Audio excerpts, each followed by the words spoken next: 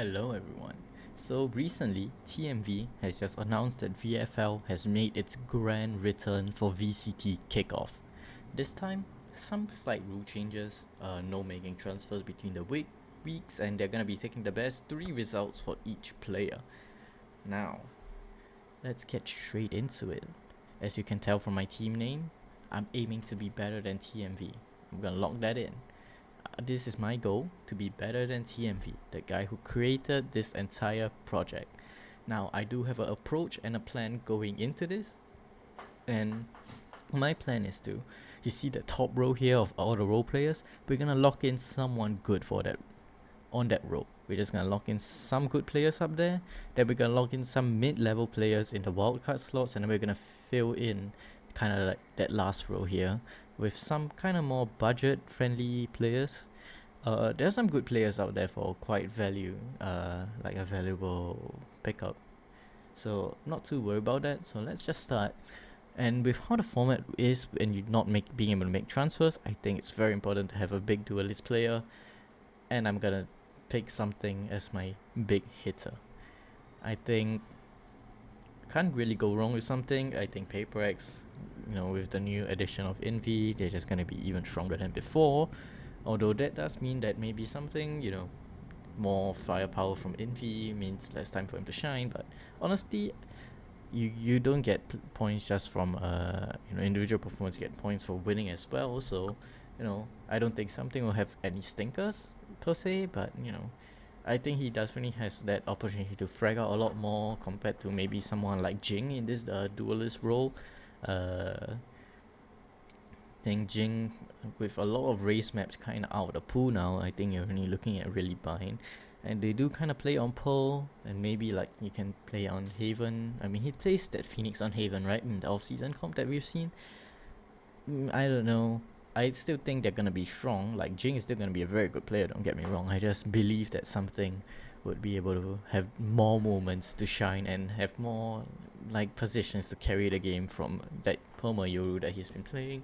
And he's only 0.5 VP more. So we're just gonna pick something up for now. Next, Initiator. We're looking for a good Initiator player. Now, part of me just kind of wants to lock Trent in, honestly, for 10.5. Do I lock Trent in? I'm gonna do it. I'm gonna lock Trent in. I think Trent is a pretty safe pair of hands. G2 regional farmers. Can't really go wrong with that. And Trent is always a pretty good fragger on that team. And I don't think that will change coming into the new season. And before we do controller, I'm actually gonna do Sentinel first because Sentinels are kinda expensive. Now looking at this kind of pool here, I'm actually tempted to go a little bit down and go for Hero here. I think Hero, I'm pretty high on Navi, and Hero has shown a lot of promise.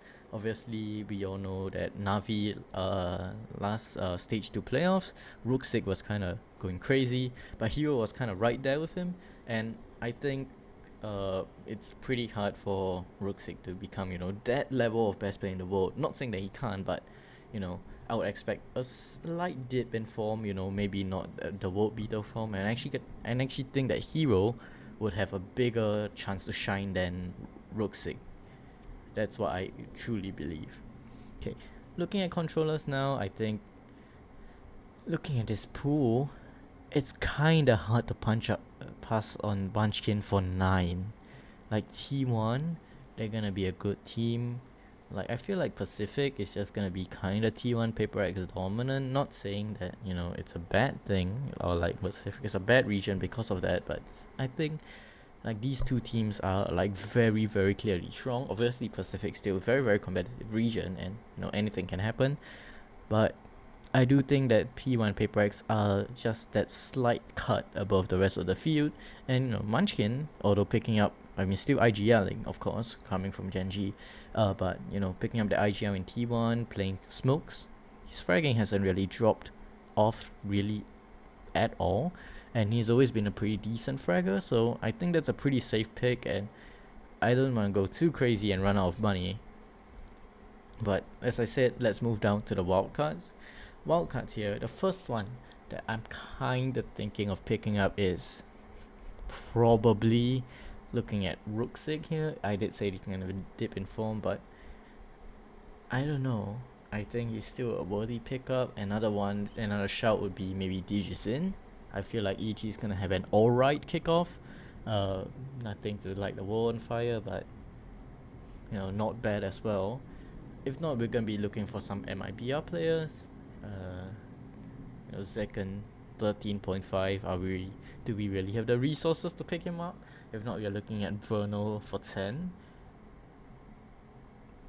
Vernal for 10. I'm gonna do it. I think I'm gonna do it. I think Vernal for 10 might be the move. I think this is the kind of risk that you have to take, right? Like with MIBR. Because Americas, you have the world champions, the reigning world champions NRG. You have domestic farmers in G2. And MIBR coming onto the scene as a new challenger. We've heard all the stuff about them not getting too much practice.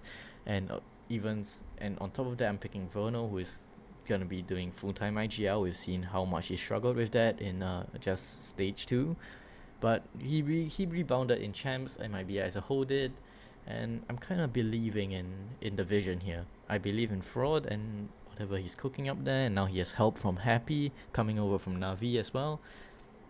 I believe in them, and I think Vernal individually will maybe not light the world on fire with Espas and Zekan on the team, but I think he'll still be very solid, very consistent, and that's why I'm going to pick him up.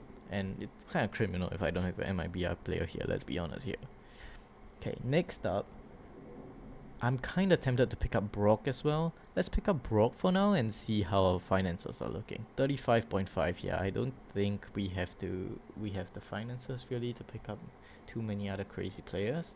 Let's just stick with Brock for now. Fill in this duelist slot because duelists are usually more expensive.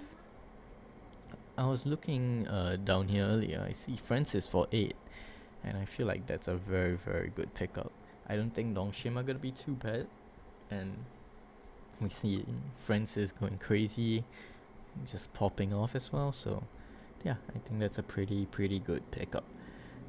Let's see. We have 27.5 now. We're gonna start scraping by with our budget now. I'm looking towards the bottom of this Sentinel list. Nothing really inspires too much confidence.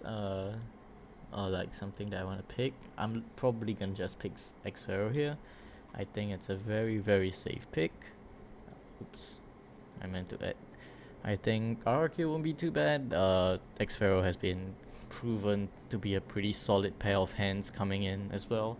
And now we are on a very, very tight budget constraint. So let's pick. Let's sort by the other way around. We are aiming for around this kind of 7-8 cost area, I'm pretty sure. Looking here, Crystal might be a pretty good pickup here, but how much do I trust in GE? Or Giants? Hold on. Flickers might be a shout, Yeah, I think Flickless is the move. I honestly think Flickless is the move. And now we have 12.5. That should be good enough to get us some decent players. Here, I'm thinking to get Cess again on the DFM boat, the ship. Been there day one. I believe in them. They won't completely, just kind of roll over. I believe, at least. And I think for the controller role, I'm gonna pick up Bolster. Fnatic representation, and Bolster himself has been doing some pretty good fragging.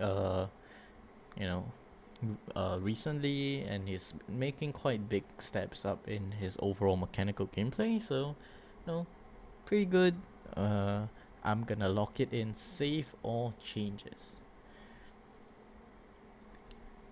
And we're just gonna keep something as our IGL here. See better than TMV. Here's the link to my team if any of you want to come to look at it. For some reason, that or what not. Yeah, uh, that's that number. If you guys want to, if you catch me live, you can send in your team to ask me to review it if you want, or you can leave it down in the comment section. Maybe if I have time, I'll check it out. And yeah, with that, go make your VFL teams. Let's hope we all can do better than TMV. With that, goodbye.